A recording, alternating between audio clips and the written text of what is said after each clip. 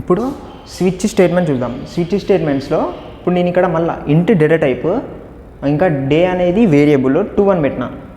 Switch ఎలా work అవుతుందంటే switch అనే ఇది రాయాలి. స్విచ్ అని రాసినాక బ్రాకెట్స్ ఓపెన్ చేసి ఇక్కడ ఏదైతే వేరియబుల్ డిక్లేర్ చేసినావో ఆ వేరియబుల్ని ఈ వేరియబుల్ పేరు వేరియబుల్ ఉంది కదా ఆ వేరియబుల్ ఇక్కడ ఇవ్వాలి. ఆ వేరియబుల్ ఇక్కడ ఇచ్చినాక brackets open bracket close.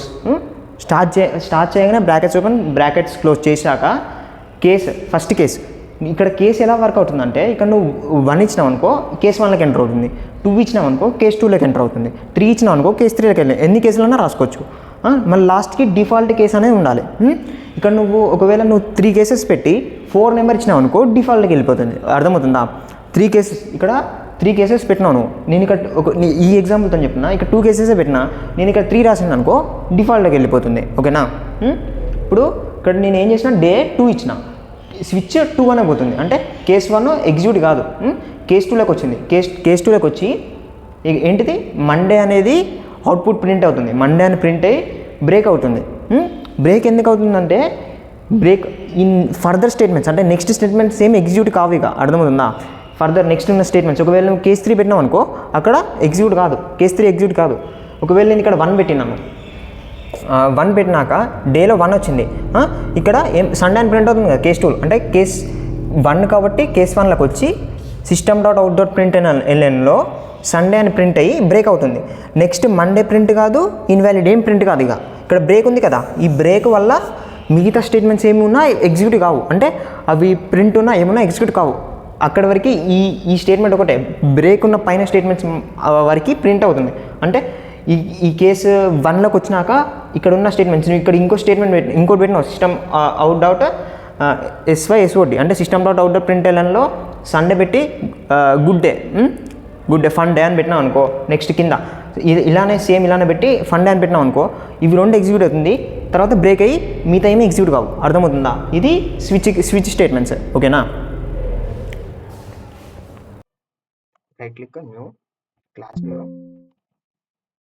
Switch case enter ఈ పబ్లిక్ తీసేసి ఇక్కడ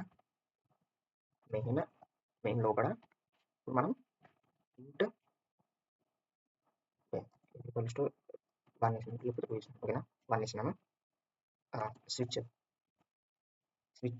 బ్రాకెట్స్ ఓపెన్ దీనిలో వేయాలి.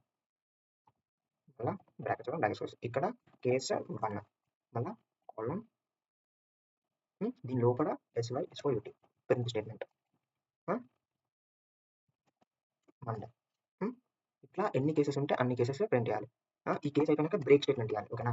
బ్రేక్ స్టేట్మెంట్ ఇవ్వకపోతే అన్ని స్టేట్మెంట్లో ఇక్కడ ఇవ్వకపోతే ఇది ప్రింట్ అన్ని మిగతా కూడా ప్రింట్ అవుతాయి. అందుకే బ్రేక్ ఇంపార్టెంట్. ఓకేనా?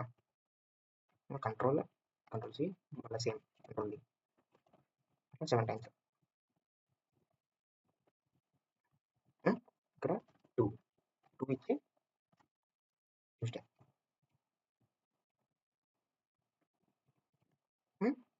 ఇలా వెనస్డే 3 4 ఇచ్చి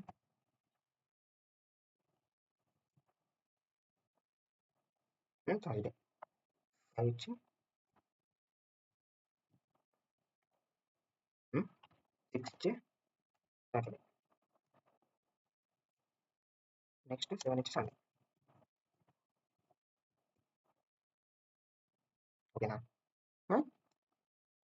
డిఫాల్ట్గా నువ్వు 7 బదులు 8 9 10 అలా మీద నెంబర్ ఇచ్చినావు అనుకో అక్కడ లేని నెంబర్ కేసు ఇచ్చినావు అనుకో అప్పుడు ఇన్ వ్యాలిడ్. ఓకేనా? నేను ఇక్కడ 1 ఇచ్చిన ఏం ప్రింట్ అవుతుంది స్విచ్లో కూడా పోయి డే అనేది కండిషన్. ఇప్పుడు ఈ 1 అనే వాల్యూ డేకి ఇచ్చినా కదా ఆ వేరియబుల్ ఇక్కడ ఇచ్చినాం డే అనే వేరియబుల్ ఇక్కడ ఇచ్చినాం. ఇక్కడ అది చెక్ చేసుకొని ఏ కేసులో పోవాలో ఆ కేసు చెక్ చేసుకొని ఒకవేళ ఇది అది 2 అనుకో దీనికి వచ్చి ఇది ప్రింట్ అవుతుంది. ఇది 2 అనుకో దీనికి వచ్చి ఇది ప్రింట్ అవుతుంది. ఈ కేసులోకి వచ్చి ఇది ప్రింట్ అవుతుంది. ఇప్పుడు ఏం ప్రింట్ అవుతుంది చూద్దాం. Right click run as Java application Monday print అవుతుంది. ఓకేనా? మండే ప్రింట్ అయింది. ఒకవేళ నేను ఇదే ఇచ్చినాను అనుకో ఏం ప్రింట్ అవుతుంది ఇన్వాలిడ్ అని ప్రింట్ అవుతుంది. ఓకేనా? ఏం ప్రింట్ అవుతుంది ఇన్వాలిడ్. ఓకేనా? అలా అంటే ఇక్కడ కేసు లేదని చెప్పినట్టు అలా. ఓకేనా? ఇది స్విచ్ కేసు. ఓకేనా? ఈ లోపల బ్రాకెట్ ఈ స్విచ్ ఈ బ్లాక్ ఉంటుంది స్విచ్ బ్లాక్ ఇది ఈ బ్లాక్ లోపలనే అన్నీ ఉంటాయి. బ్రేక్ స్టేట్మెంట్ ఉంటుంది.